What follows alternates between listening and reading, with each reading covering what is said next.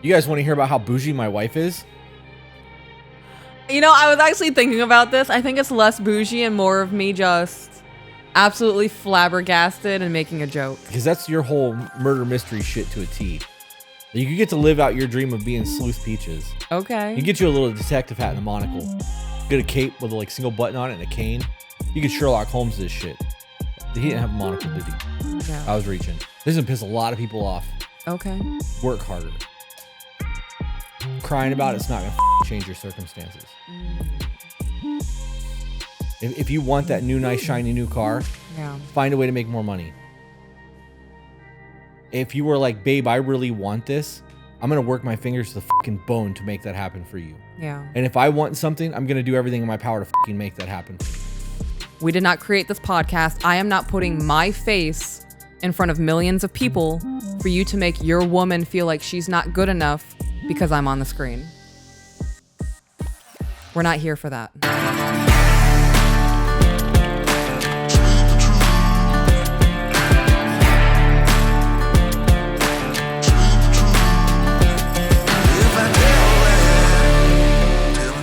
And big yawn. I'm sleepy. We're back. We're back. Episode 39 of the To Be Better podcast. Oh, wow. Yep. Last week was your birthday week release.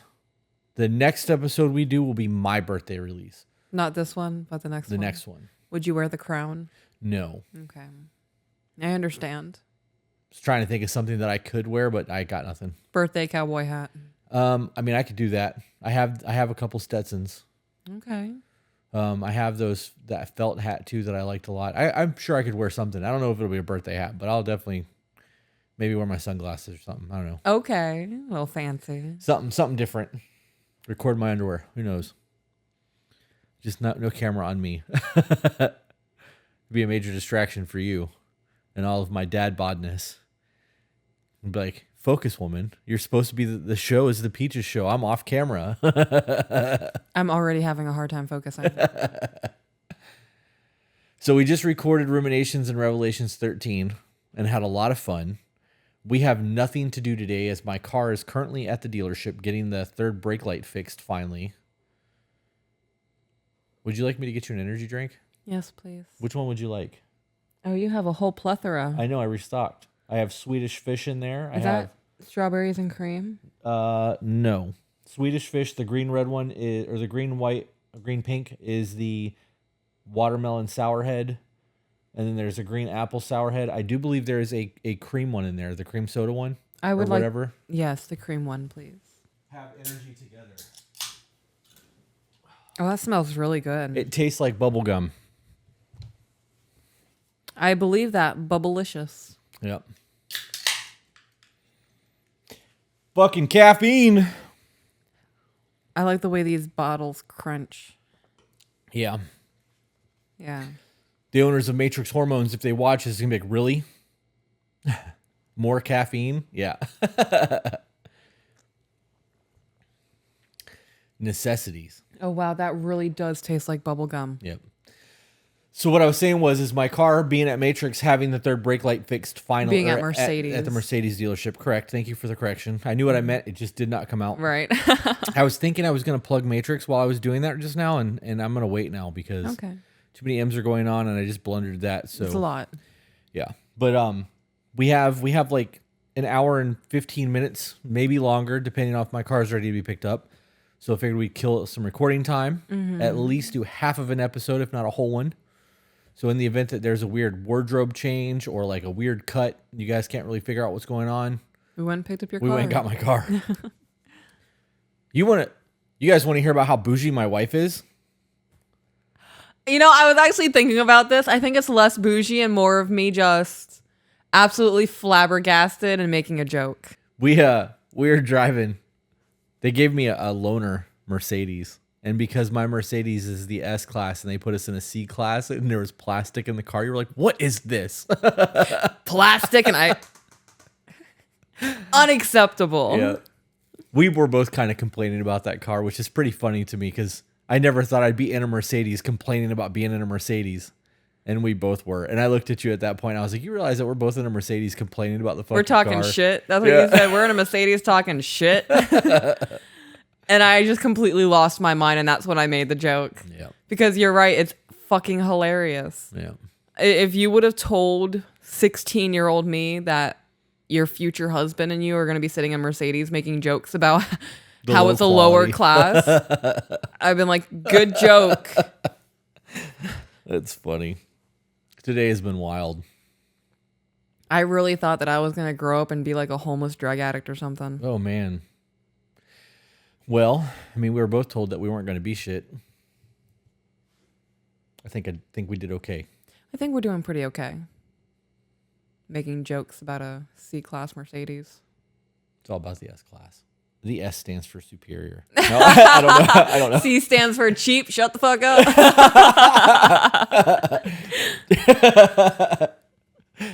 Counterfeit. I set my car on fire. It's the counterfeit version. You're not really up there yet. You just faking it. I'd light a box of matches and just... You fucking said it's counterfeit. We're going to the BMW store. Let's go. Our life is absolutely insane. It's dumb and it's a lot of fun. It is and that's fun. all that matters. It's just, it's crazy. Like, I really expected to be living in an apartment for the rest of my life, eating ramen noodles and scraping by for my kids. Yeah. Well, I'm glad that's not the case. We rented a BMW for Vegas. Did we? So you'll be able to actually ride around in one of those to make the decision on the vehicle that you want when you get out of the Jeep. I know what I want. Babe, we can't get you a pink Rolls Royce right now. We're not there yet. But I'm not getting out of the Jeep anytime soon. Am I? You could. I am very, very, very efficient at flipping cars and getting out of vehicles. I'm just saying that, like, the only thing that's held you back thus far is the fact that the kids are going to destroy whatever you put them in. Yeah.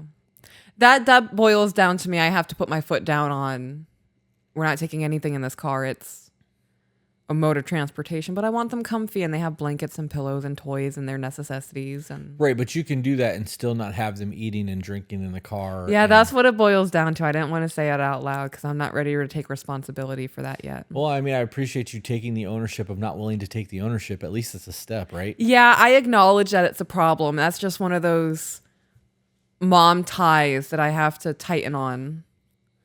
I don't like making them sad, and I get crabby when I'm hungry, and I don't want to deal with two crabby mini-me's. Accepting denial is the first step. It is. I really want a Mercedes. Do you actually want a Mercedes? SUV, yeah. I thought did you like already have one picked out? Like, I have been looking at a couple of them, like the ones that we put onto the lot. There was a white one. I don't know what it is, but like the SUV with the big emblem on it. I'm almost positive that's the electric model. Oh, is it the electric one? The body of the electric vehicle looks really fucking good. Yeah, it does. But I'll buy an electric bicycle. I would buy an electric bicycle. I'm not buying an electric car. Makes me uncomfortable. Did you see that the owner, the CEO of Ford, drove a 3-hour trip or something like that? It was supposed to be like a cross-country tour in one of his hybrid or electric vehicles. Hang on. You're going to pull it up? I am, so that I'm not speaking out of my ass. I'm really excited now. Like, is there really a possibility I can get out of Jeep? Yeah. I don't want it wrapped then. Okay. You can go ahead and cancel that. Okay, so the CEO of Ford took a road trip in an F-150 Lightning and gets EV charging reality check. EV electric charging. vehicle. Okay. Yep. Electric vehicle charging. Yep. Reality check? Yep. Okay, so just for clarification, I don't know if it's going to go into this in the article. Is the battery supposed to charge itself? No, you have to go to charging stations. Like a Tesla? Mm-hmm. Okay. So the tweet from Jim Farley said, "No surprise, charging can be a challenge, but still learning a lot, seeing firsthand the issues our customers face.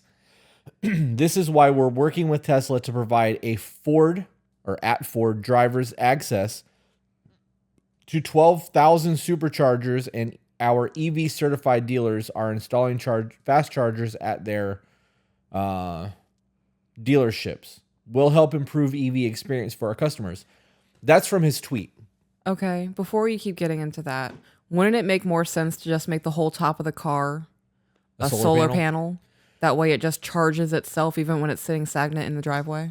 The smart thing to do would be somehow put alternators or something on the tires so that as the vehicle moves, the spinning rotation could charge the batteries and just keep the car charged, and it would be a perpetual thing. Right, just never ending energy for itself. Right. And I don't know why they haven't figured out how to do that yet. I'm sure that that's a possibility. I mean, unless they're slow rolling shit like Apple does. Right. That would make a whole lot more sense, though. Stop and go traffic, you would charge your car every time you hit your brakes and every time you hit your gas, like, because your tires spinning would charge your vehicle. The fact, I don't know the science behind it or why they haven't done that yet, but you would think that that would make the most amount of sense. Right. But he was not impressed with his experience driving that vehicle across wherever he was driving, because he was, at one point he had to wait for 45 minutes for a charging station that took 2 hours to charge. So if you're somebody like us who drives a lot, we do drive a lot, and like do road trips on a regular basis, because I would rather drive and have my own vehicle than rent a car and fly. Like, I want my own shit. You can't do that. We wouldn't be able to drive from here to Tennessee. No. You wouldn't be able to make it from here to the border of the state of Florida on a single charge. You can't do it. I can do it on a tank of gas. For a single tank of gas from our house, we can make it to Georgia. Yeah. And 2 of our 3 vehicles. Can't do that shit in a Tesla or any electric vehicle for that matter. So it's just not a reasonable thing for people. Why did this come up? Oh, because the electric Mercedes. Yes. So though I really enjoy the look of that vehicle, there's no way that I would ever buy one. No. I don't want to be constrained and like that be a problem. I also don't like the idea of the government being able to turn my car off whenever the fuck they want to. Yeah, that makes me uncomfortable. Right. I heard you make a comment about the cobalt mines. Yeah. Why? Because she asked us, Mercedes everyone in the Mercedes dealership that deals with a customer is supposed to get feedback on electric vehicles and push the electric vehicles. Okay. Because no one's fucking buying them. Smart. Ford lost, I think it was like $8 billion on the EV vehicles, and they're getting rid of them and going back to hybrid. There are a lot of companies that are moving away from electric vehicles totally and doing hybrid vehicles because it checks the needs and allows people to use gasoline to do long distance, whatever. But when she asked, that's what that conversation was, because she was British. Yeah. She was like, are you interested in an EV vehicle? And I'm like, no, not even a little bit. And she's like, well, why not? And I was like, and that's when I hit her with, I was like, well, one, I don't like the idea of somebody being able to kill my vehicle remotely because they don't want me to drive, because they don't like something I posted on the internet, or for whatever reason, like the government feels like you've driven too much and you're bad for the environment and they want to shut your car off. Too much emissions. So a whole lot of things, right? But then I was like, and you guys want to tout that this is green energy and that this is the new wave. Have you seen what cobalt mines do to the planet? Have you actually looked into that? And she's like, I've heard about it. Do the research. Tell me that that's better for the environment than gasoline, where you can put a pipeline underground and just run oil under the surface, not put it on a train. It is completely free-flowing pipeline that's just got pumps for them to pull the oil out when they need to. And I do understand there are oil spills, but look at a cobalt mine. Google what a cobalt mine looks like and what the battery looks like. They fucking destroy the planet to get those batteries, and those batteries are not infinite. They go bad, and when they go bad, they're $25,000 to $35,000 to replace. You can buy a brand new fucking car for that. So now, not only are you buying an electric vehicle that has to have the batteries replaced, it would be cheaper in some scenarios if you're buying like a Chevy or a Ford to just replace the car altogether, and now you're creating more waste. So which one is it? Like, you're not going to win this argument. Somewhere along the lines, there's ebb and flow to all of it. And I would rather just have a cleaner energy running car, like a cleaner emissions vehicle, than have the EV thing, because I don't agree with it. So yeah. I also don't give a fuck about climate change. Okay. Really strong stance. Well, I mean, we're talking about electric vehicles. Right. Okay. And I mean that. Like, I don't want the planet to be defunct. Like, I don't want to destroy the planet. But I also don't believe the science that has been going on for the last 30 years, because it constantly changes. I remember when I was a kid in the 80s, they were saying that global cooling was a thing, that we were looking at another ice age, and that like the globe was getting colder and colder, and like we were expected to have all this horrible freezing shit. And then it became global warming, and then they proved that that it's not actual global warming, and now they're calling it climate change. And they're saying that like all of these really nasty hurricanes and really nasty storms and all this shit that's happening hasn't been seen in 100 years and blah, blah, blah. And they're saying that it equates to that. So then what caused it 100 years ago? Because we have new record in 100-year high global warming. Well, if it happened 100 years ago, what caused it 100 years ago? Well, if we're calling it climate change, that means something's changing the climate, and that would be humans. Well, that's the argument, but we're not. That's just these. Well, that's what climate change would mean. There's something actively changing it. Right. You know that they're taxing farmers for cow farts. I'm sorry, what? Yeah. Yeah, there's a methane tax from cows. Okay, I'm going to Google this one too. All right, I just Googled farm methane tax. Mm-hmm. New Zealand plans to tax agricultural emissions and world first plan. This was in February of this year. Earth.org, examining the efficiency of a methane tax on cattle. This was in June 30 of 2022. IMF recommends methane tax on animal agriculture. This was in November of 18th of 2022. October 1st of 2021, American Farm Bureau, no methane tax on livestock and reconciliation bill. Those are the first 4 search results. NPR, New Zealand angers its farmers by proposing tax cow burps. Okay, The Guardian. I don't know if The Guardian is even a real thing. 19 years after the fart tax, New Zealand farmers are fighting emissions. The fart tax. Anyways, they are trying to make it so that farmers who have large cattle can be taxed for their methane gas because cows fart. I'm fucking disgusted. And they're saying that that is creating a problem for the environment. Every time that they can make some sort of claim against the environment and make climate change an issue, they use that as a weapon to like make people feel a certain way about shit and to try to get them to conform to things. I don't believe that that's a real thing. And I could be wrong. It could be changing, but I also know that it has been proving that our planet tilts. On its axis, yeah. Right. Well, it'll shift. They call it a Right. polar shift, and it happens every 30 or 40,000 years. It shifts, which is why they believe that at one point the deserts in Africa were lush jungles, and they believe that the pyramids had jungles around them versus, right, sand. But it's one of those things that if that's true and it shifts like that, it explains why there's such drastic climate changes and why we can look at the Grand Canyon and see that there was major flooding and be able to see what's going on throughout history. But to think that, I'm not saying that humans don't have an effect on the planet. Mm-hmm. That would be asinine. We absolutely do. We deforest like a motherfucker. all the plastic in the ocean. Right. We are absolutely destroying the planet in that aspect. I don't believe that we're changing the temperatures. If you want to talk about climate change, there are programs that will create rain and create storms. We have no idea. You can see it. There are videos where they are literally firing up machines that are super fucking loud and sending atmosphere up to create rain. NASA's been doing it for a long time now, so we have no idea what has been happening. Chemtrails, like that's all conspiracy theorist shit. I don't know. We really don't know what they're pumping into the air or what they're fucking with or what they're testing or what they're trying to figure out. So blaming the mass population makes sense. Right. Yeah, of course. It's way easier to blame the masses than to take accountability. You got people like, what's the dude's name that ran for president that flies around in a private jet? John Kerry. No idea. Is that his name?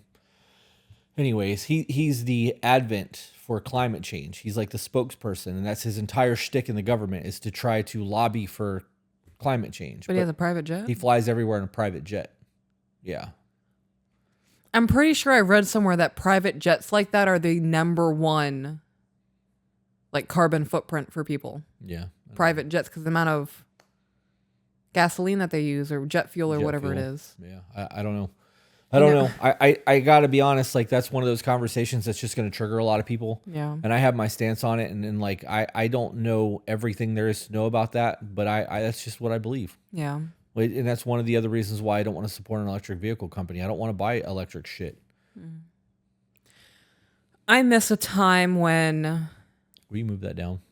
I miss a time where greed wasn't the end all be all. Yeah. Well, there will be people that will make the argument that oil is the greed thing and that we shouldn't be doing oil-based products. No, just everything in general. They're taxing cows' farts. Well, they're doing that because they're trying to get people out of agriculture, which when to eat the food made in labs. Right. So you can pump whatever hormones and I mean, they're already fucking doing that, but that would really just solidify eliminating butchers and whatnot. Well, I mean, it would eliminate a whole lot of things. Bill Gates is the #1 agricultural owner in the United States now. He owns more farms than anyone else. And he's also the largest proponent for meatless products, meat-like products, faux meat, whatever you want to call that. I don't want to say the name of the burgers because I'm not trying to plug a brand, but that's the thing. So he owns majority of agriculture. Yeah, he owns more farms in the United States than anyone else. Like cattle farms? Yes. Yep. Yet he is very pro anti-meat. He also wants to thin the populations. He also did the whole, I got to be very careful because now we're getting into conspiracy theories that could actually get us kicked off YouTube. We should probably change the discussion because at this point, I'm already going to get a ton of hate for my thoughts on all of this. But those would definitely get us in trouble. Yeah, I'm just going to end it with really, people really just want to make money wherever they make money. It doesn't matter what their beliefs are. That's wild to me. How can you own cattle farms and take a paycheck from people buying meat while also saying eating meat is wrong? I'm going to now counter your argument. Are you ready for this one? Yeah. When you have a certain amount of money, having money no longer matters. Elon Musk, Donald Trump. Yeah, I believe that. Bill Gates. You get into the billions, having money doesn't matter anymore. Yeah. You're not going to ever spend all of that money. At that point, it is not about money. It is about control because you have the money. What more can you do with the money that you've already got? Oh, so it's like being big stack and bullying at a poker table. That's all it is. It is 100% about control. Oh my God, we're in just one massive poker game. At least poker is enjoyable. This isn't enjoyable. But I'm good at poker. Yeah. You think I'd be a good politician? I would rather you not be a politician. I love you, and I don't want to not like you because you got into politics. Okay. You want to start with the emails? Oh, yeah. We're supposed to be doing an episode. We're over here just bullshitting. We just received an email that's called "You're invited to a castle wedding." I know. I already responded to it because they didn't send us an address. It's in Georgia. Is it? Oh, they responded? They did. They said that we can show up in fantasy-based garb because it's a D&D themed wedding. It's in October. Close to Halloween. Stop it. I know. We could costume that shit. Show up as like a mage and Could you imagine? a rogue or something. I have a D&D character named Sarkis who has been my main D&D character. Every time I play, I will run that for like the last 6 games I've played in. And he is a rogue sorcerer. And to bring him to life would be super dope, but I'd have to lose like 100 pounds. I couldn't be a fat rogue sorcerer. You couldn't lose 100 pounds. You'd die. I know. I could lose like probably another 60, but I would look pretty gross. I would say 30. Maybe 20. 20. You like him big and chunky, huh? Moto.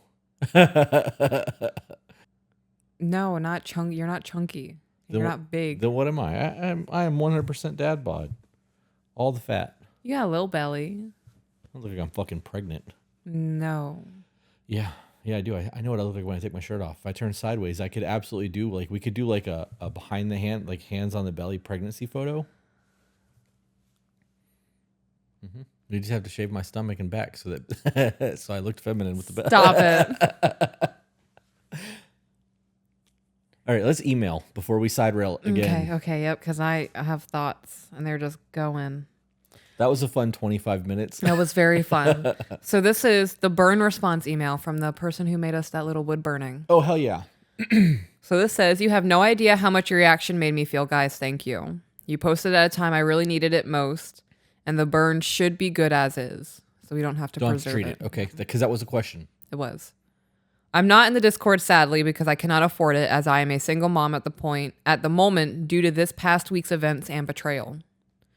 But if you would like a burn with the logo bigger for your whiskey room, burning is therapeutic to me, and I really need it right now anyway, so I don't completely lose myself, so I would gladly make and send it to you." Okay, so hear me out. How cool would it be? You know the epoxy tables that you can buy? Like the big epoxy tables? How dope would it be if you could get a double stacked piece of wood right? So like you have the butcher block bottom, like the countertops behind us, because you can buy those in slabs. And then a thinner one on top that is routed out with like the To Be Better logo. And then LED lights in between the layers so that the logo lights up and emits a light as a tabletop. And then wood burning on the sides. That would be dope as fuck. That would be pretty dope. Be a lot of time and effort. I was like, that's a lot of work. But that would be dope. That's where my mind went just now. Yeah. She's like, I'm bored. I'm like, I got some work for you. Got an idea. Because that would go really good in the studio. It would. I really want to do a really big like wall piece when you first walk through the door. That's an illuminated To Be Better. Yeah. I think just the 2BB that we have, but that'd be dope. that's a whole different conversation for another time. Sorry. No, you're good. Back into the email. As for the crime podcast I wrote in the letter, let me elaborate. So, in 1989, my dad was walking home and stopped by a bar tavern here in Bonne Terre, Missouri. Terry. Bone Titty. Got it. Bone Titty. That's what I heard the first time you said it. I was like, there's a place called Bone Titty? What the fuck? Well, it looks like French. Okay. But it's probably not French, but it's spelled like French. And it got caught in the wrong place. Oh, and he got caught in the wrong place at the wrong time. I'm not reading I'm going to read the names because she just says what this case is about. So Andrea and Angela are twins who I am friends with. Their father is the one who was unalived that night. My dad was the one who was originally charged with their father's passing. It ended up failing and being a cold case, and we are on the brink of now catching the real suspects due to our own detective work, causing it to get reopened in 2021. We are trying to clear my dad's name and get justice for their dad, Jimmy Wade Martin. So you know what we should do? What? We should do an episode where you do the research on that and we actually talk about that. Because that's your whole murder mystery shit to a T. You could get to live out your dream of being Sleuth Peaches. Okay. You get you a little detective hat and a monocle. Get a cape with a like single button on it and a cane. You could Sherlock Holmes this shit. He didn't have a monocle, did he? No. I was reaching. Sounded good though, right? I'm going to need $100. Okay. Thank you. We're doing it. Get you a fucking pipe. Like a big Sherlock or like one of the Gandalf pipes. It's like this. Oh Peter has one. Yes, he does. I remember he brought it to a D&D game. Yeah. That was the funniest shit when he was sitting there just going, yeah. I want one that blows bubbles. I'm sure you can find it. I'm going shopping after this, guys. Could you imagine us doing a segment called Detective Peaches? And that's my whole shtick. And we sit down and I just give you, it doesn't even have to be like an unsolved case. Just some random fucking, hey, did you hear about this? Sleuthing shit, hit you with all of it, random stuff, you get super into it. I think it'd be fun. With a bubble pipe. Would you dress up with me? Probably not. I understand. I love that you didn't go, come on. That's funny. Back into the email. It's an interesting story. Just figured you'd enjoy listening to it. I wrote you guys a long-ass email the other day, but never sent it because that evening I left my significant other. So now I have to rewrite it to send to you guys. But thank you for teaching me how to set my boundaries and standards with self-respect. Now I just got to keep working on it and try to stay strong. I love y'all, and I'm so glad you enjoyed the art piece that I made for you guys. An email or a sleuth podcast situation could be even cooler if we actually have the people on. Because we'll have a really studio dope. And there's three of them. And if I stepped out, we could have 4 people, 4 women, you and the 3 other women on the microphone. And I could just be in the background operating cameras. And you guys could actually do a full episode. I'm so confused. What women? What? The 4 women? Yeah. What 4 women? You, the emailer, and the 2 best friends who are the daughters of the person who was killed. Oh, gotcha. In studio. In a setup. Okay. It would be content. I mean, obviously, getting them to Florida would be a thing. But it would be a thing. Something to talk about after the podcast. It would be. I think you would enjoy all of that. It would be a lot and overwhelming. Yeah. Yeah. it's different to hear about those stories or watch like forensic files on TV. It's another thing to talk to the person who experienced that kind of tragedy. Yeah. Just a thought. Yeah. I want our podcast to evolve past just relationship shit. I agree. And I will always, I've said it before, I'll say it again. Mondays, our podcast will always be email based. Relationship, communication, personal growth, personal development. But I want our podcast to evolve Different segments into more. I want more sustenance. I want to interview couples. I want to interview other podcasters. Like I want just broader. Right. Everything. Yes. Yep. I would love to have Yomi Parks. Yeah. I believe that's her name, Yomi. That's AJ's department. Yeah. He's the one that's supposed to be finding us guests. She's the one who defected from North Korea. I would love to talk to her. Her life experience. Yeah, she's probably got a speaking fee. Maybe. But I mean, again, that's an AJ thing, or even a Brandon thing. Brandon could probably make that happen too. Brandon's very good about finding people's contact information and reaching out to them. Okay, that'd be dope. Ready for the next email? I am. This is called Question for the Pod. This email is me wondering if this is a me problem or if I should add gentle pressure to correct the issue. It's a long email, but it helps tell the story, and sorry if it's too long. First and foremost, I loved your dynamic as a couple. You both give a shit about becoming a better spouse. I tell my wife that if I'm the same husband I was last year, I have failed her. Daily progression, no matter how small, progress. Here's my question. My wife is my everything. I love her, her family, and her friends. I've told her I'm borderline obsessed with her. If she has a bad day, I do something to make her happy when she gets home every time. It could be getting her favorite wine, ice cream, telling her that she's getting a massage before bed, or her favorite takeout dinner. It's always going to be something. I tell her you can have a bad day as long as you know when you get home, you're coming home to a clean house with dinner ready. Your bad day ends when you walk through the door.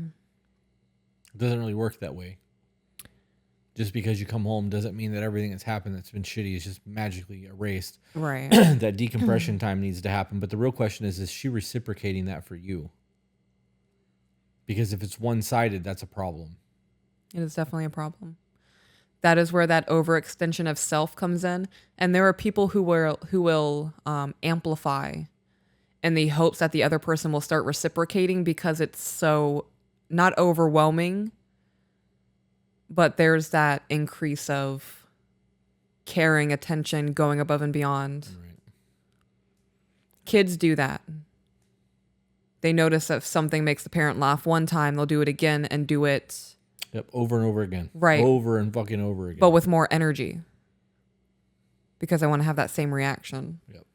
I also agree that it doesn't end when you get into the door. If it's the kind of thing where it's not a forget about it. Okay, I'm going to rephrase myself. So if she walks through the door and it's set, we're not going to talk about it, you need to forget about it because now we're home and everything's going to be better, that could be detrimental.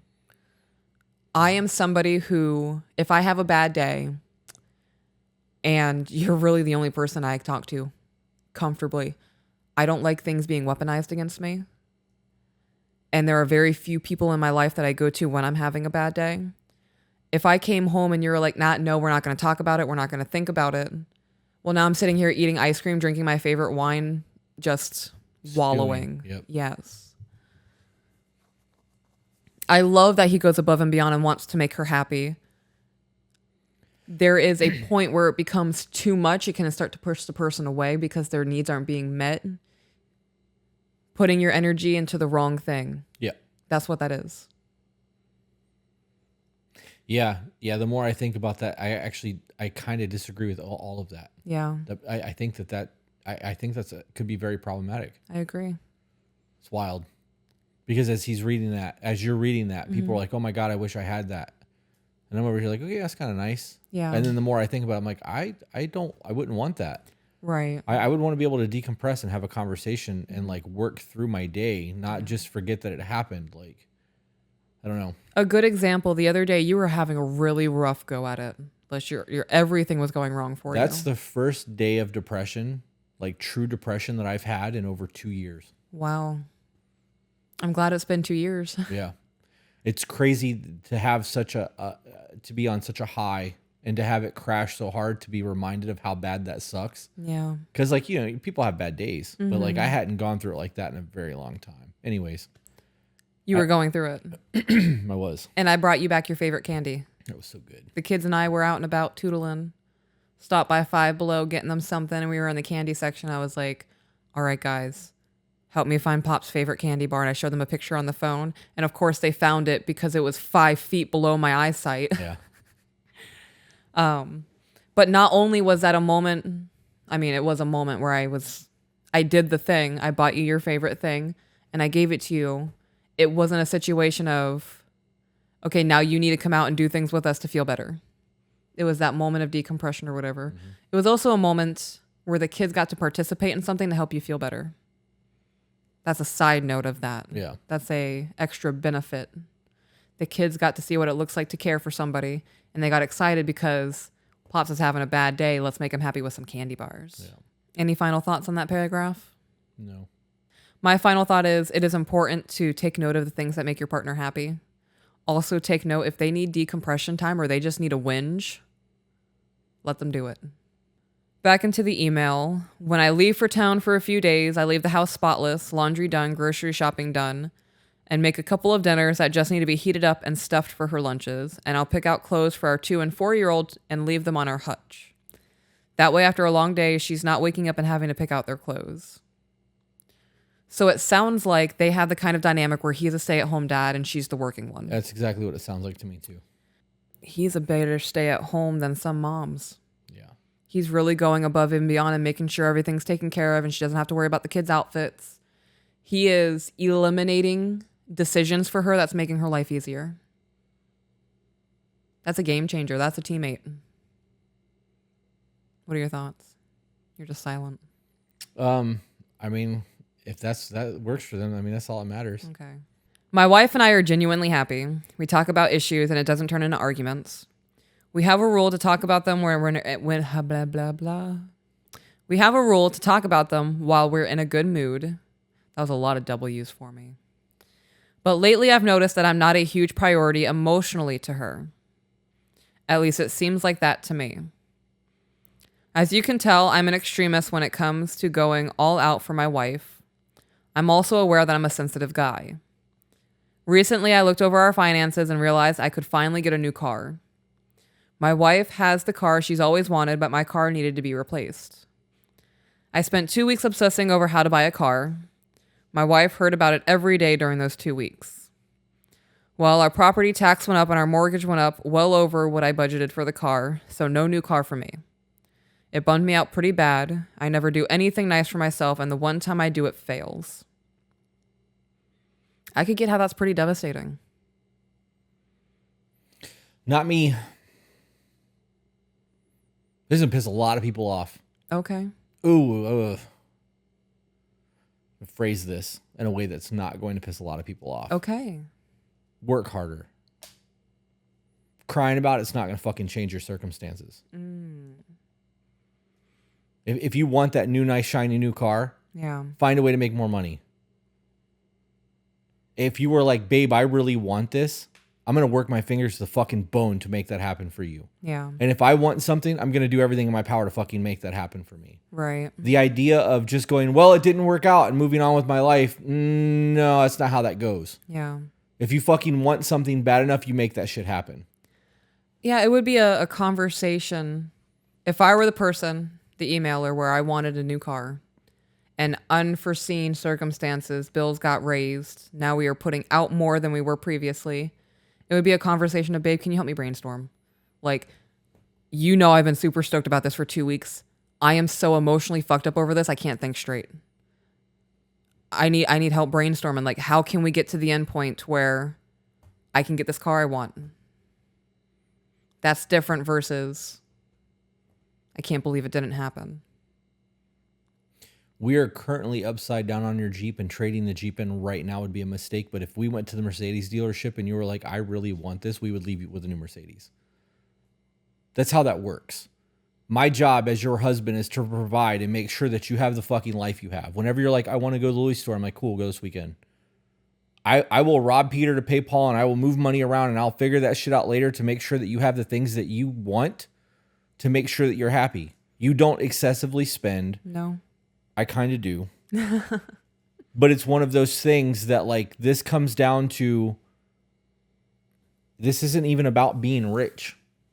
Even if you wanted something that, like, we really couldn't afford and I had time, I could make it work.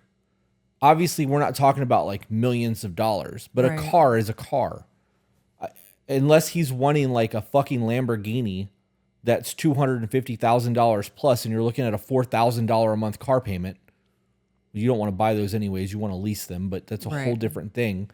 That's a different conversation. Like Rolls Royce cars, like, or a Bentley. That's a double, triple mortgage payment for some people. That's a very different scenario. If your property taxes went up and your escrow went up on your house and your house payment went up, it's telling me that you probably had an extra $600 or $700 a month budgeted for your car payment.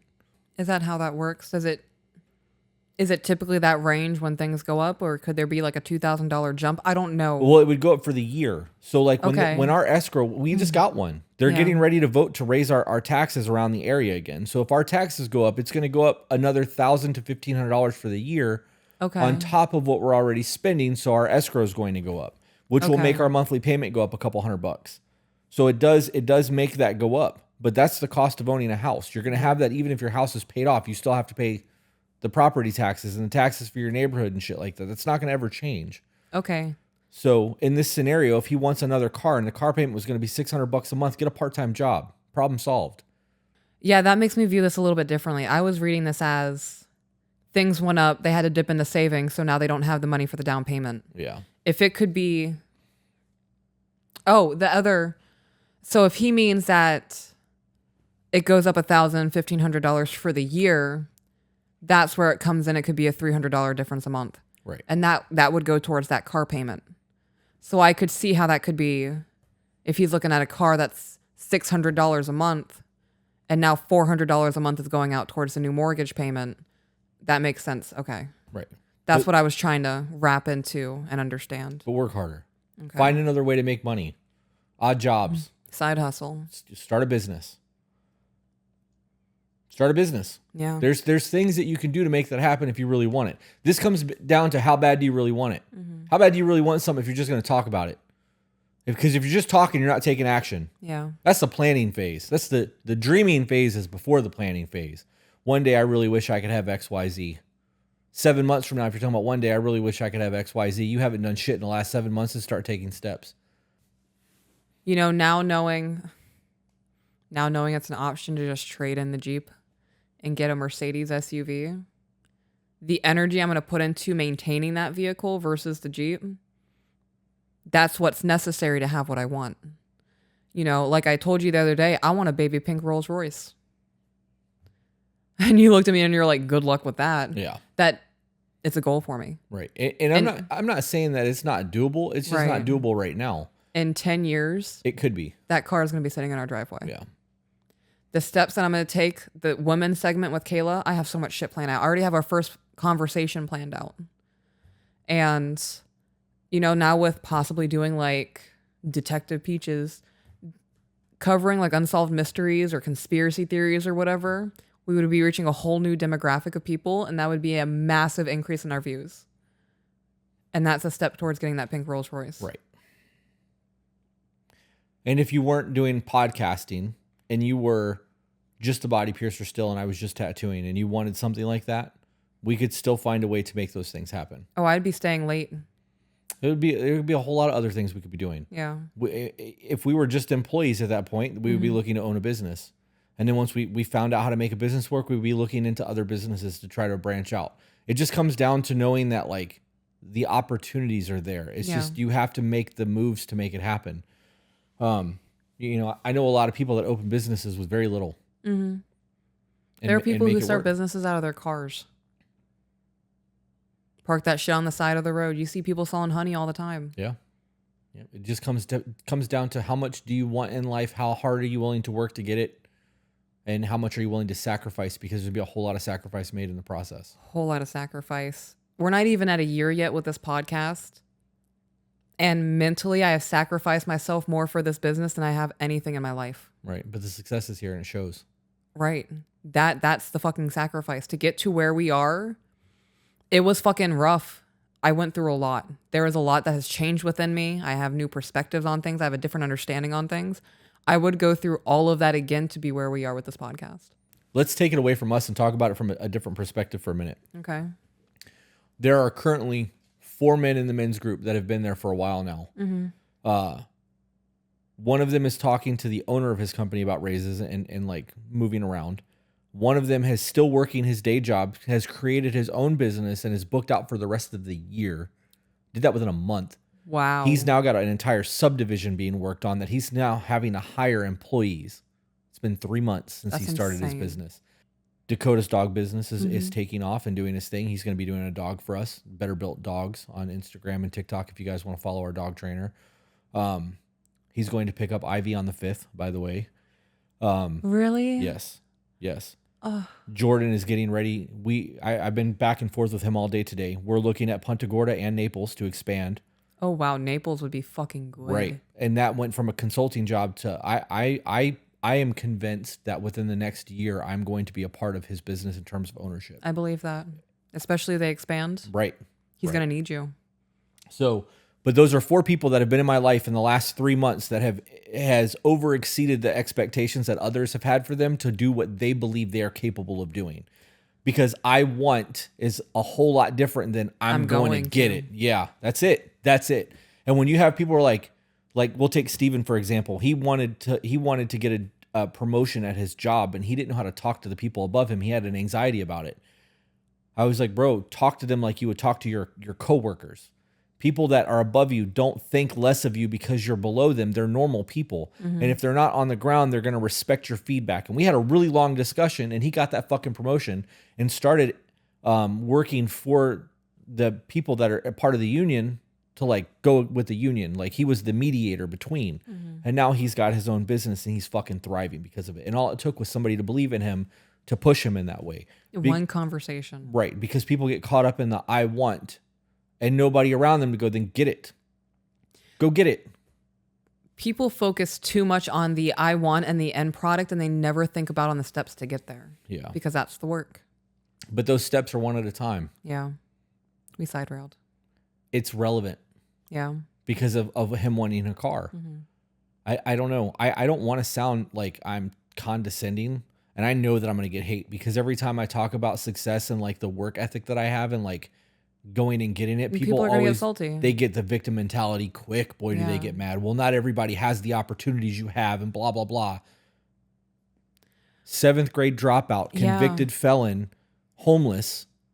And I can, and we're going to have somebody on the podcast in October who has the exact same shit. Ex-drug addict, I was about to say, is this the one felon, who's a drug addict? who has 17 businesses now. I'm very excited. So am I. Man. Dude is fucking crushing it in life. You want to tell somebody like that who's come from where I've come from that you can't fucking do something? The fuck you can't. It sucks to have to sacrifice and do those things to get to where you want to go. But if you want it bad enough, you'll make that shit happen. Yeah. You think that somebody that has the success that Brandon and Kayla have in terms of their life got there with the I want mentality? No. You think Brandon reached out to us just thinking that, hey, maybe one day I'll be good enough to get them on my podcast? Like, because he flat out told me, like, I was wanting to have you on my TRT podcast. He's like, I didn't think it would come to this. But if he never never sent that email believing that, hey, this could possibly happen one day and I'm going to try for it, I would have never met those guys. Yeah. We would have never done anything with them. We wouldn't be involved with Matrix. We'd have nothing going on in terms of that. That whole thing came about because Brandon had belief in himself. Yeah. I don't know. Anyways. You want to get back into the email? I do. Because Okay. I'm praying that I hear from the Mercedes dealership in the next half hour and we go get my baby. My second baby. I was about to say, what the fuck? My car baby. Would really hate to have something happen to Grace. Don't talk that into existence. It's me. I have my dream car right now and my dream woman right now, and my life is dope. Do not ruin that. I'm not competing with your dream car. No. Okay. Let's be realistic. There are levels of like awesomeness in my life. My car is my car awesomeness. Your car is pretty dope, yes. Right. Yeah. Okay. You are my woman awesomeness. I'm your baby. You're my woman. I'll take it. And I don't really call you baby. I call you babe. But more often it's woman. So much so that when we're playing poker, I'm like, woman, it's on you. And you're like, yes, daddy. I don't say it so limp dick. I know. It was a little weird for me to say that about myself. I believe that, yeah. It was kind of hard. I believe that. Okay. Yeah. I'm now uncomfortable. Can we move on? Yeah. Back into the email.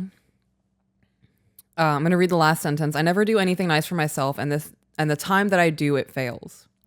My wife came home and could tell that I was super bummed. When we got into bed, she went straight to her phone. Then when the TV went off, she scratched my back without me asking for maybe 20 seconds. The next morning, I text her how sad I was about the car and feel defeated. He sounds like a woman. I was about to say, this is giving off very strong estrogen. I need validation that I'm okay to be sad about this. It sounds like he was pouting and expected his woman to be like, oh, baby, it's okay. Or we'll figure it out. I'll make it happen. I'm going to be honest. I don't know. There's not much information about the relationship from her end besides he dotes on her and is obsessed with her. And from educated guesses, he's a stay-at-home while she works and is the breadwinner for the family, the provider. And she's very in her masculine and he's very in his feminine. Yes. If I were a woman, I have been that woman. I have been that woman who goes to work and provides for the family and then come home and does the mom thing. I don't know if that was set up in their relationship because that's what they prefer to do or whatever it is. It's purely hypothetical, pure speculation. I would be absolutely exhausted getting home from work. And then I got to hear you bitch about your car. I'm trying to figure out how we're going to pay for the new raise in our mortgage. That sounds super shitty. In a moment of frustration, that would be my thought. I don't think that sounds shitty at all. Okay. This is good, right? This is going to be a good thing. Okay. All right. Okay. I'm ready. You sat up, you straightened yourself out. Okay, because I have a lot, right? So blue collar worker works all day, pays the bills. Right. Woman stays at home. Yeah. Their sex life is not all there. She's doing what she can to keep the house the way that it is. She wants certain things and wants him to behave a certain way, so she starts complaining, pouting, and nagging. Yeah. Does it sound like what's happening here? She came home from work after being a worker, making the ends meet, providing financially. Bummed. He's pouting over the fact that he can't get a car because financially they are not in a position to do that while she's working. Right. This really is everything that a stay-at-home mom experiences. Right. I never get anything new for myself. Everybody is before me. I was super bummed and he didn't care about my emotions.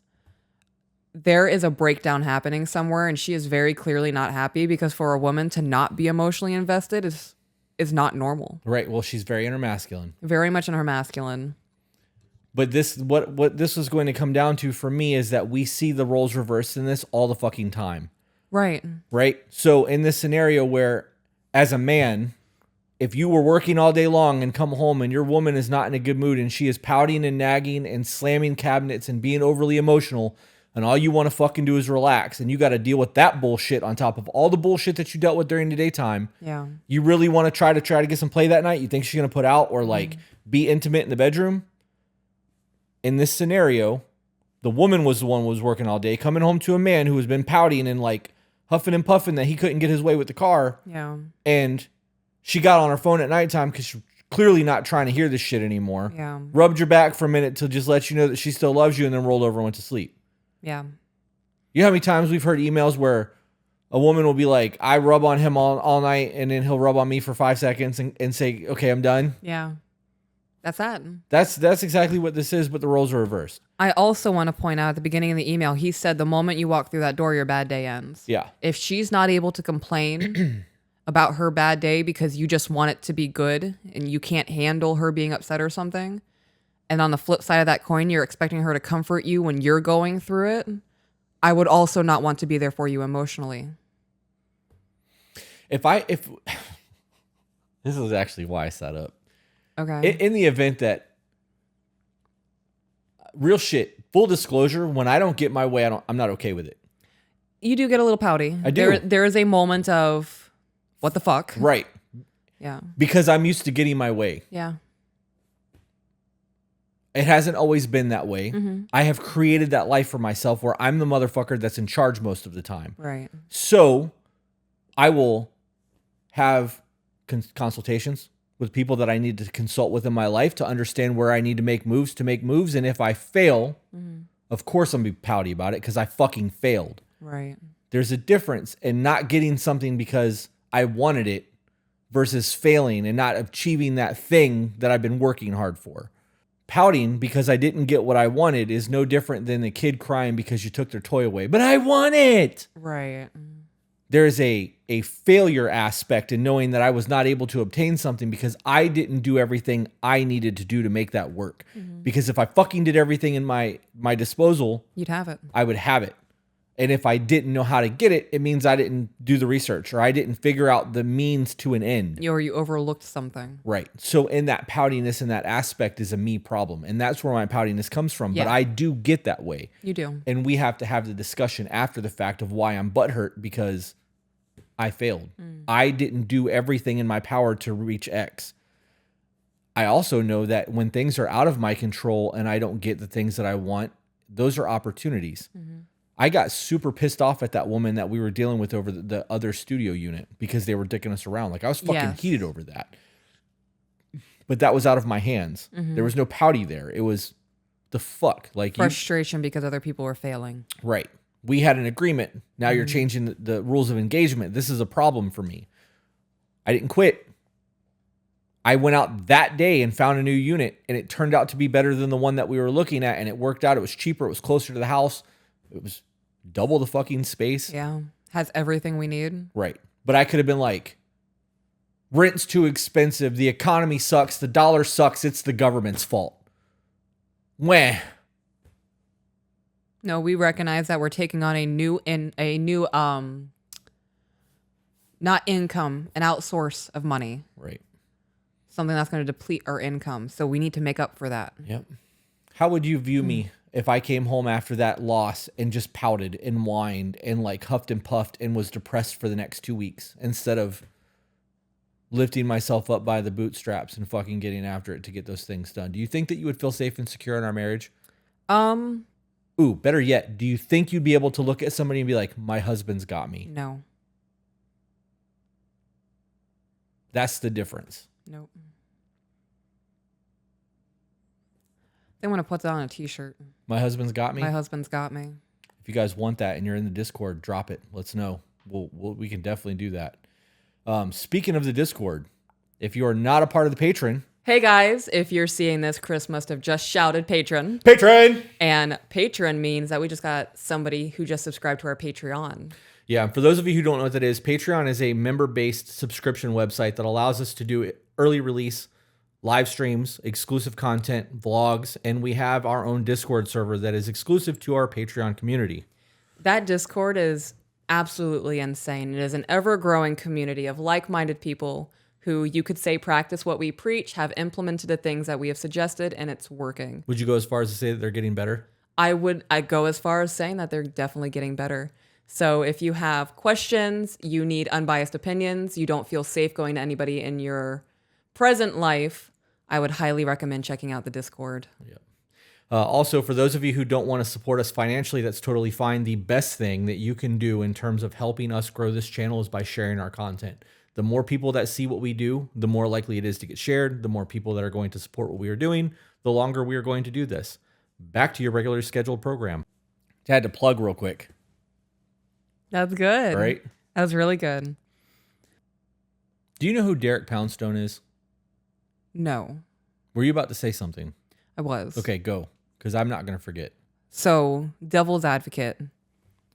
We know that stay-at-home wives or stay-at-home moms go through there's isolation there. There is a disconnect from the rest of the world because they're at home taking care of children, maintaining the household, whatever needs to be done. This man is going through those same things. He is also isolated. There's no mention of having guy friends or anything or dude nights out. He also stated that he is a overly sensitive person. Clearly. I could understand the devastation one would feel. You know, day to day, in and out, everything's the fucking same. And then you have that one moment of, oh my gosh, I'm going to get something new and this is something for me. And then that hype and that build-up's there and there's 2 weeks of looking and you finally narrow it down and then life slaps you in the face. And now all of a sudden the thing that you were working towards, it's gone. As a stay-at-home person, that could have been the shining light in the last 3 months of depression. And like he said, he's looking out for his wife constantly, making sure she has what she needs, making sure food's cooked, the daughters are taken care of. If she's having a hard day, he goes above and beyond and gets her favorite things. This was the one thing he was doing for himself, and it was ripped out from under him. So I could understand that devastation and then wanting to be comforted.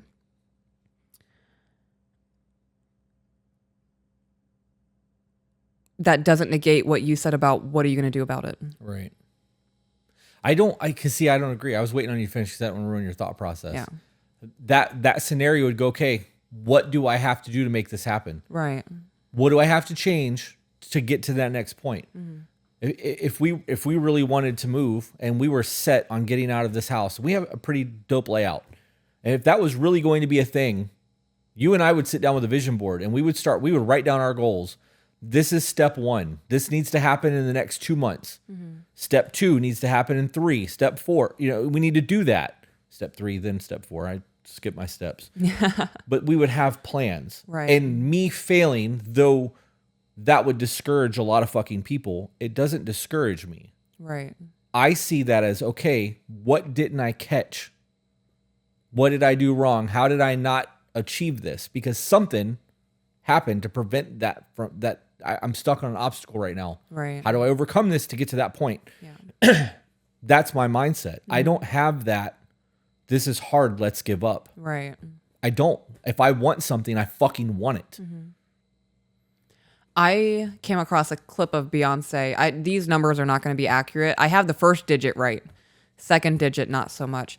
Beyonce was saying that she's won like 24 or 26 Grammys, but she's lost like 46 or 47 times.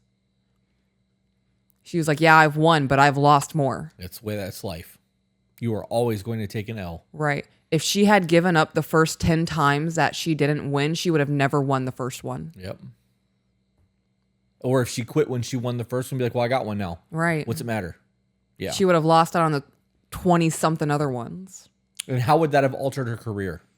She wouldn't be where she was. That's perception. Or where she is. That's perception. Yeah. I'm not quitting. Yeah. Speaking of not quitting, do you know who Derek Poundstone is? No. Derek Poundstone is a world's strongest man competitor who has broke his back twice. And he has competed with a broken back. He is a fucking monster. There is a video on YouTube that you guys can search right now called Derek Poundstone the Viper. And in that video, they're playing Tool in the background. So it's already got like that bassy, aggressive. Right. He is in his bedroom, no shirt on, folding his laundry, putting his socks away, talking about excuses. And he said, you can make all the excuses you want, but that will get you nowhere with me. That's my mentality. I hear that and that instantly makes me want to be like, fuck yeah. Like that you get to the level of success that he has because he didn't make excuses. Mm-hmm. You're going to fail. Everyone is going to fail. Whether you quit or whether you learn dictates the outcome of your life. Yeah. Every single time you fail, if you give up on something, you are never going to have anything. You don't deserve to have anything. If you don't learn from your past relationship and get better, you don't deserve the next relationship. And when that fails, know that the time that you had was borrowed because you didn't fucking deserve the relationship that you currently have because you didn't do the work past the second one. Yep. Like, that's how that goes. That should be the natural progression of one's life. This didn't work out. Why didn't this work out? How can I make it work next time? Okay, next time comes. All right, definitely not doing this shit again. All right, new problems, new obstacles. How do I navigate this? And you may fail. You ain't gonna do that shit again. And now you've got a list of things not to do wrong and life lessons on how to navigate to get there. It's trial and error. Mm-hmm. Practice makes habit, Yep. not perfection. because things become autonomous. If you just do the same thing over and over and over again, you don't learn and course correct, you will be habitually doing the same stupid shit over and over and over again. And in choosing to ignore your shortcomings, you're just adding on more shit to yourself, more trauma, more aggravation, more why is this happening to me? Mm-hmm. You could eliminate decades more of screaming matches, possibly being hit, the loneliness and the questioning of why am I not good enough? If you just sit down for maybe a year or two and sift through your trauma and your own bullshit and the things that you know are weighing you down, but you're too scared to look in the mirror and admit that you do these things, you could save yourself so much fucking time. I'm going to choose something else then, since you just said that. Do you think that that's people's mindset? Why am I not good enough? Yes. Instead of, I don't deserve this, I deserve better, how can I obtain it? People don't think they deserve better. I get it. I really do, because I have low self-esteem. Right. But this also comes down to the belief in me and the capability of what I have and like what I'm capable of. Like I know, so I understand that. But I also know that in previous situations, I have always ended up saying I deserved more because I'm willing to do the work. I'm willing to do those things. Like, and I don't mean just in relationships. I mean in everything. Every business venture, every failed everything has never been, why is this happening to me? I deserve better. Yeah. I deserve to be treated better. I deserve to have better friends. I deserve to have a more quality of characters around me. I deserve to have a better car because I'm willing to put in the work to get it. And that's where that entitlement comes in. And it is an entitlement. You can even go as far as to call it a privilege. Okay. Because I'm in a position to do the shit that I want to do. And though I have not always been in a privileged position to do that, because I did come from nothing. Mm-hmm. I didn't believe in privilege in that point. I didn't believe I was ever in a position because I had to fight tooth and nail to get there. But now that I have the means, I definitely have it easier than a whole lot of fucking people do because I worked to get here. Yeah. So I deserve these things. And that's, it's just, I don't know. I think that when hearing you say that, I think that we should no negative self-talk. Right. Miss Peaches, Miss Madame DeVille. I think that when we hear things like that and people send things like that, we need to pause and check them. Okay. You check me all the time. I do. You need to do it to our emailers. Checked. It's crazy to think about our lives. It is. There was a point that I was homeless with 2 children. They were living with their grandmother, and Dad and I, every other week, sleeping on the couch or whatever, spending time with the kids. It was a choice. It was a choice that got you there, and it's a choice that got you out of it. Yep. It took 2 months. I found a job and got an apartment in 2 months. Yep. Used my first 3 paychecks to get that apartment. I didn't spend it on shit. Yeah. You know that there are a lot of people out there who would be in a position like that and say, well, I have a place to stay right now. And will start spending their money on shit that they don't need instead of saving it to get out of that position, because people get complacent with their life. Right. They'd rather have a tattoo or a video game. Right. Exactly. So back into the email. Before you continue, a lot of what I just said had nothing to do with the emailer. Right? This was just conversation and what if scenarios and like life, and this is just advice. So I don't want anybody to think that we were just ripping this dude apart. That's not what the conversation was. We did address him a little bit, but that was a broad conversation. Yes, that was a very broad, okay, generalized conversation. You can apply that shit to your life. Mm-hmm. So back into the email, I'm going to read the last sentence I read. When we got into bed, she went straight to her phone. Then when the TV went off, she scratched my back without me asking for maybe 20 seconds. The next morning, I texted her how sad I was about the car and felt defeated. She never replied. I'm emailing you this 24 hours after I sent that text. She didn't talk to me when she got home and still didn't reply to the text. She did tell me about how she remembered to text a friend about their kid's surgery she heard about 3 to 4 weeks ago. She also thought about taking her parents a pizza before we went to a wedding last weekend because they had a bad day. I'm going to keep reading before I get my thought. Okay. I know I may be feeling oversensitive, but I had a bad day and she didn't do anything. No follow-up, no text reply. And she did this last month, and I addressed and said that when I'm sad or have a bad day, she's my go-to. She's it. Being thoughtful and caring is my thing. I'm fairly confident that I may be the most thoughtful person and caring person I know because that's how I want to be thought of. Daily process for the past 10 years and my goal to be the most thoughtful has been met. And with that said, sometimes my expectations are too high. So that's not the end of the email. You have something you want to say? We can't just, you're going to have to go back and read parts of that because I have a whole lot to say now. And like, I'm biting it back because I don't want to like miss. Okay.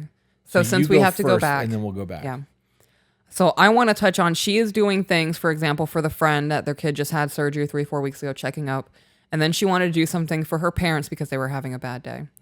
She is getting something out of these relationships where she feels that her energy is being maybe more appreciated, or there is a different type of reciprocation happening that she's not receiving from you. So there is no point in her eyes, hypothetically, to be putting energy towards you in these moments because it does not benefit maybe the relationship, doesn't benefit the situation.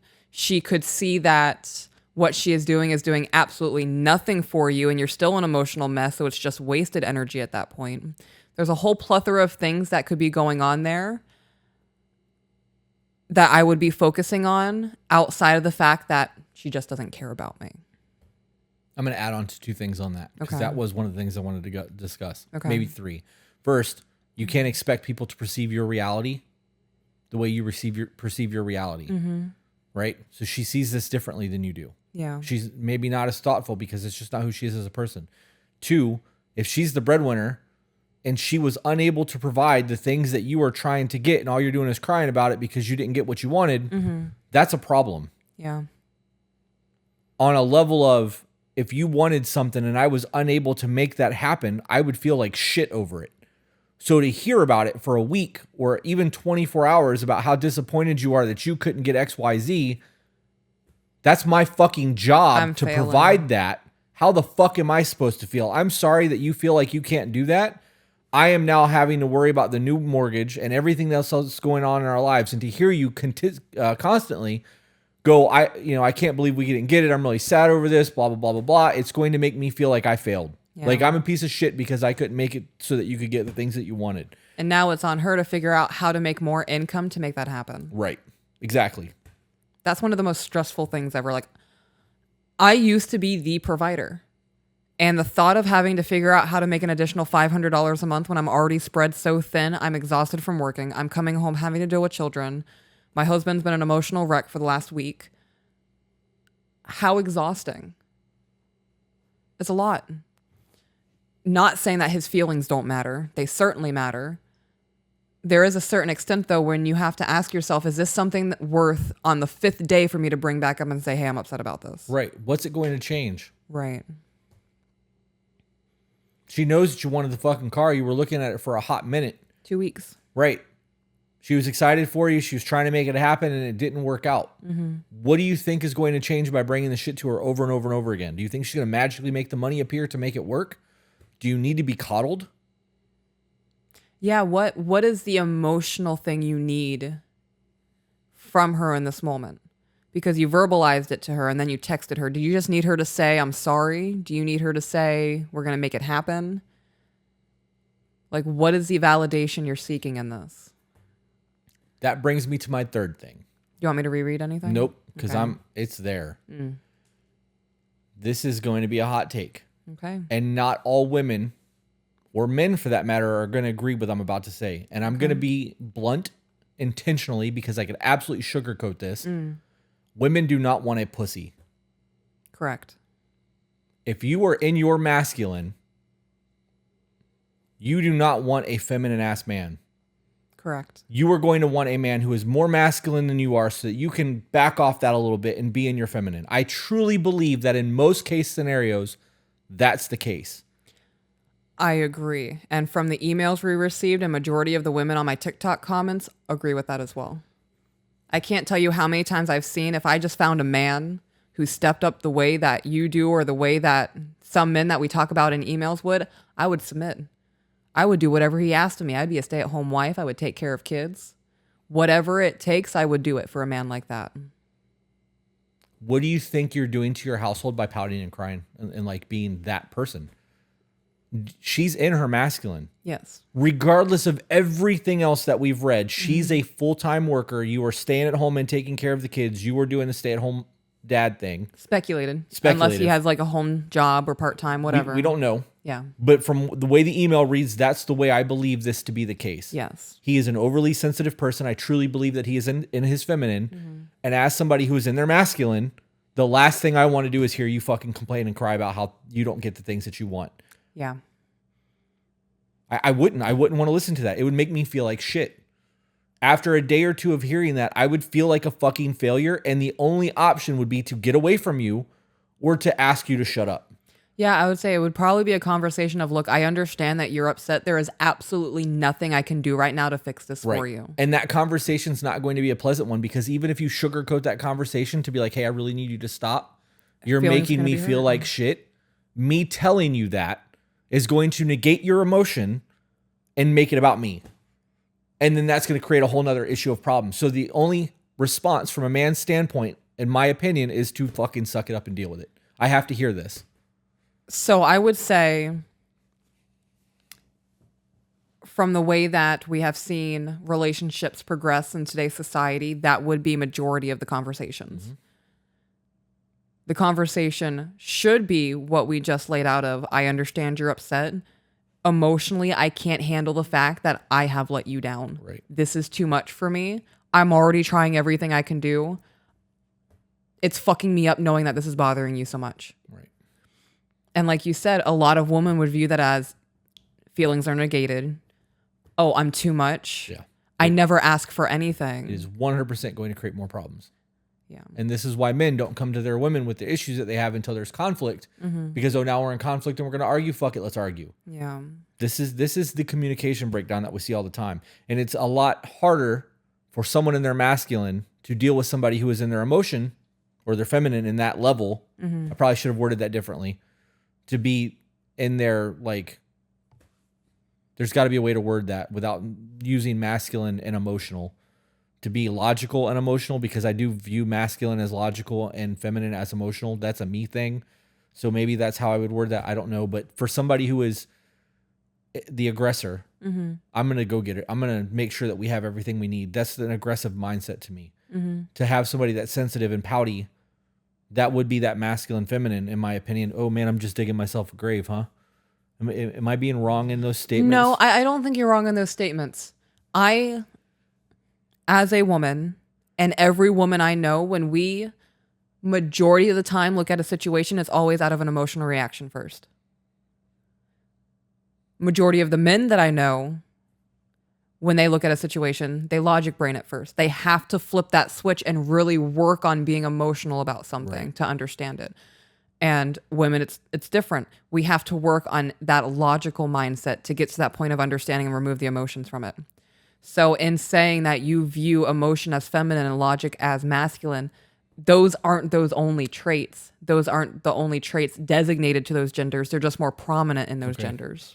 When you were in your masculine and you were working a 70-hour work week and you had to do the boss bitch thing, boss babe, I don't know, whatever you guys call that now. I know the terms change so much, but when you were fucking running things, I prefer that much better anyways. It sounds more on it. Yeah.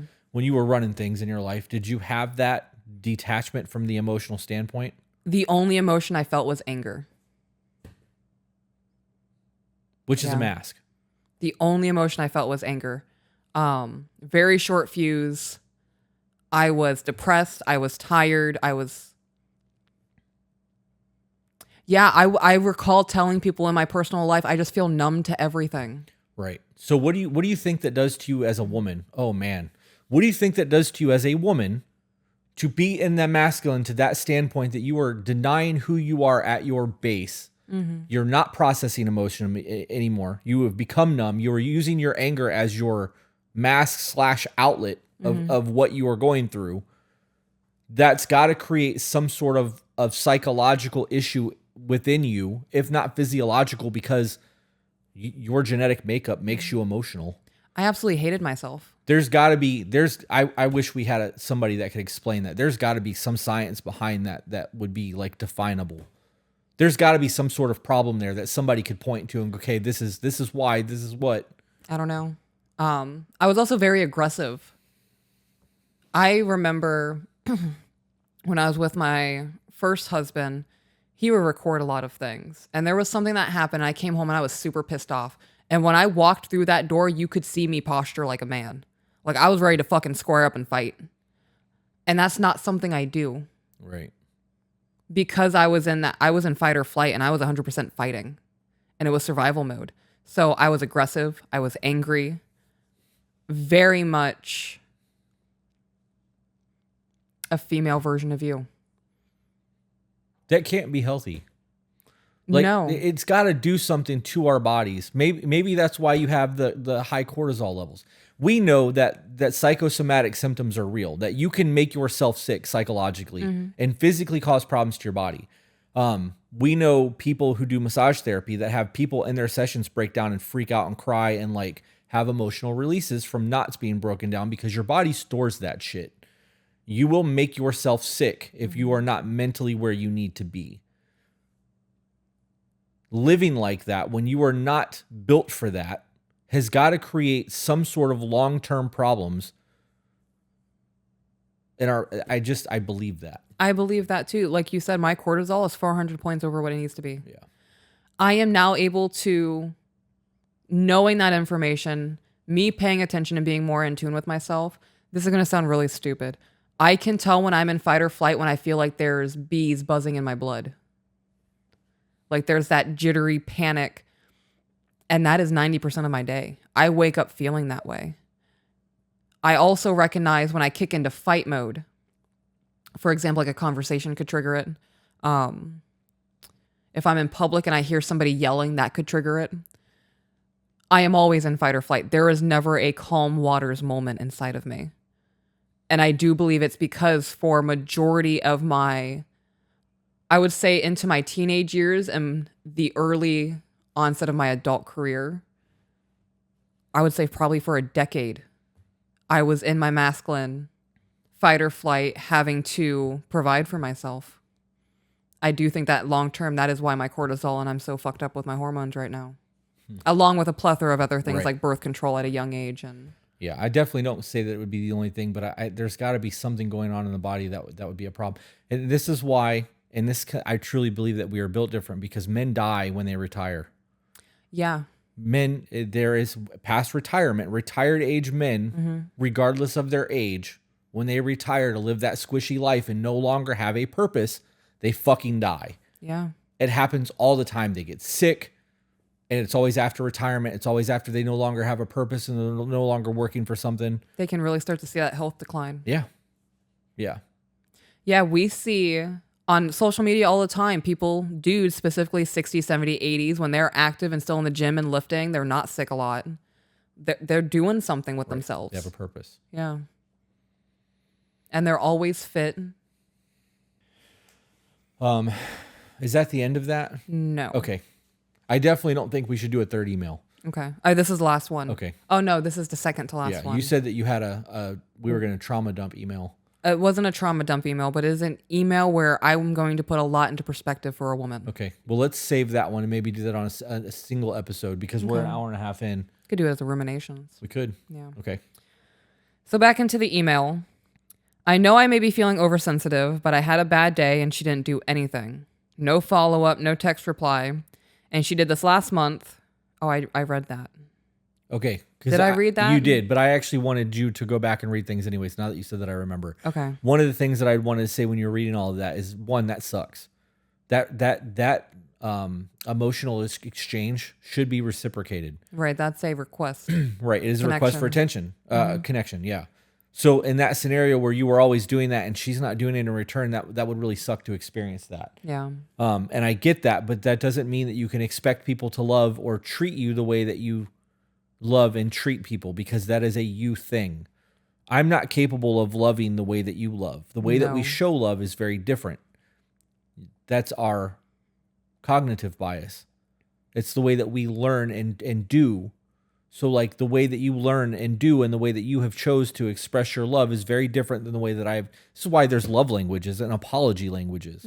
We are not the same people. No. You should not get mad at her for that, but you should express like, hey, in the moment, these are things I need so that those things can be corrected. That was the other thing that I wanted you to read back for. Am I asking too much for her to be more tuned into me? To make an actual effort about my bad days? I always leave post-it notes when I go out of town, and on my last trip, I left one saying, if you have a bad day, I'll do something no matter how small.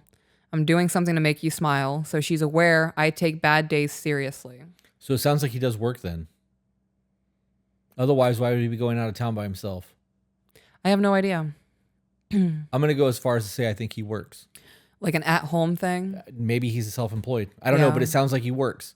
And if he has a job or if he's self-employed, that car thing can absolutely happen. It can. Yeah. Definitely. That post-it note thing is a you thing, though. I do that, yeah. He does very much sound like he has the same emotional levels I do. Yeah. I mean, of course he's a man, but he definitely does. I said that like that's such a shitty thing. Of course he's a man. There is a certain emotional level I don't think that he would be capable of reaching that I do. Right. That's what I mean. He does seem as if he does need that emotional attention, though, like I do. I do leave post-it notes. There's still 3 more hidden around the house. You don't know where they're at. I found 2. 2 of the 3. 2 of the 5.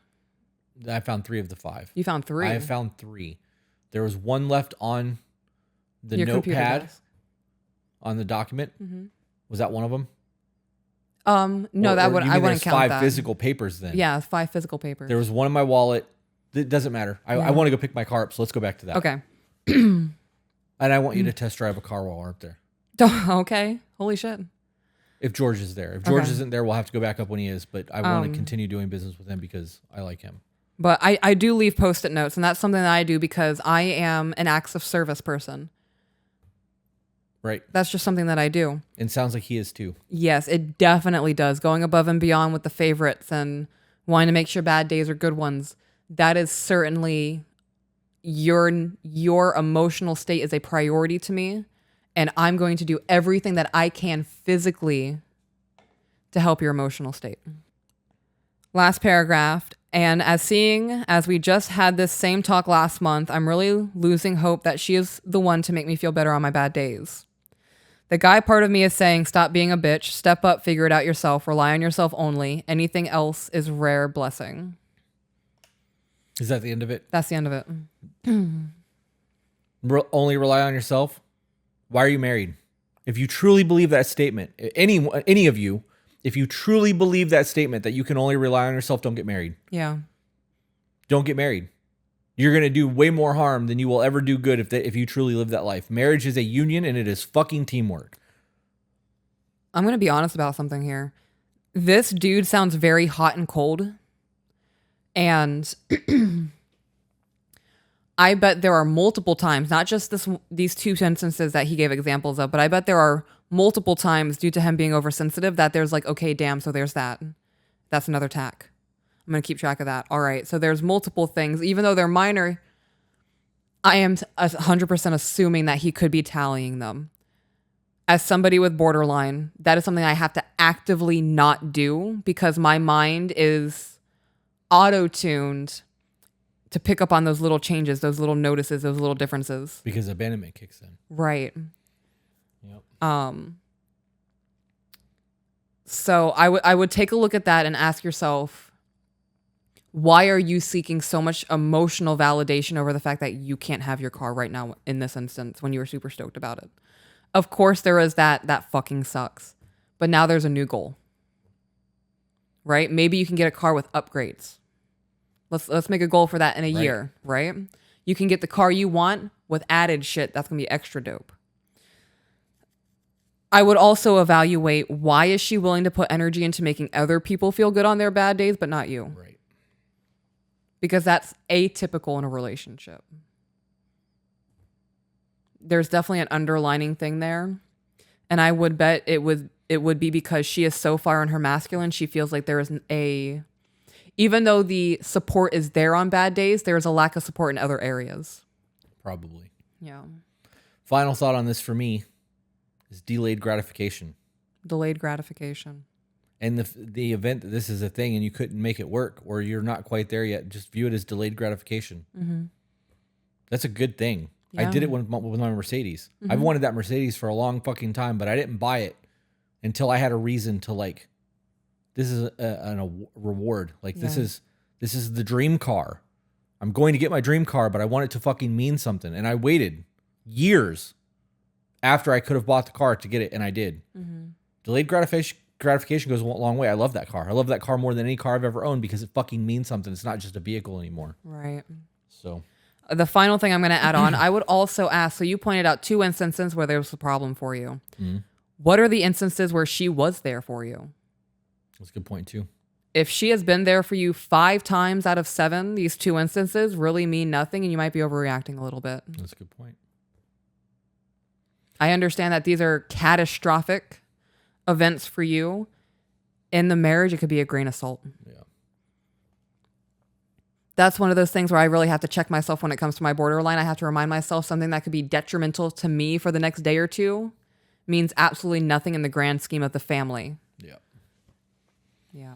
That overreaction shit's real for us. It is. So, guys, if you like what we're doing and you found value in what we're doing in any way, shape, or form, and you want to support what we're doing, the best way to do that is to share the content. And subscribe. Yeah. Subscribe to the channel, hit the notification bell. We do pop-up lives. Sometimes we don't post about them. We just do it. And if you're not notified that it's going to happen, you're going to miss the fun. Mm-hmm. If you have done all of that, thank you. We really appreciate it. Please continue to share the content because that's going to help us grow the channel. Check out our Patreon if you want to see behind-the-scenes episodes of our lives. We do vlogs. We do vlogs. That has become mainly our Patreon content right now because that's what we've been doing a lot of. Yeah. And I actually really enjoy it. So, and we have a Discord channel. But we already plugged the Patreon, so we're going to not do that. Do you have anything else that you would like to add to this podcast? Would you like to go test drive a Mercedes, woman? I would like to test drive a Mercedes. There is something that I would like to say. It has come to my attention that there could be men using the podcast and specifically me to put their wives or girlfriends down. Maybe comparing them to me, something along those lines. We should save that and do a full R&R on that. All right. You can do it. Go do your thing. I want to do an R&R on that because I also have an opinion. That is absolutely unacceptable. We did not create this podcast. I am not putting my face in front of millions of people for you to make your woman feel like she's not good enough because I'm on the screen. We're not here for that. Yep. I don't stand for that. I find it absolutely unacceptable. And quite frankly, I find it disgusting. It's creepy. I am here to help better your relationship, not be the reason that there could be some turmoil between you and your woman. We need to do an R&R on that. Okay. On the comparison and like doing it. All right, guys. So with that being said, remember you are the authors of your own life. So grab a pen. And we will see you on the next one. Bye, guys. Don't forget to share the content.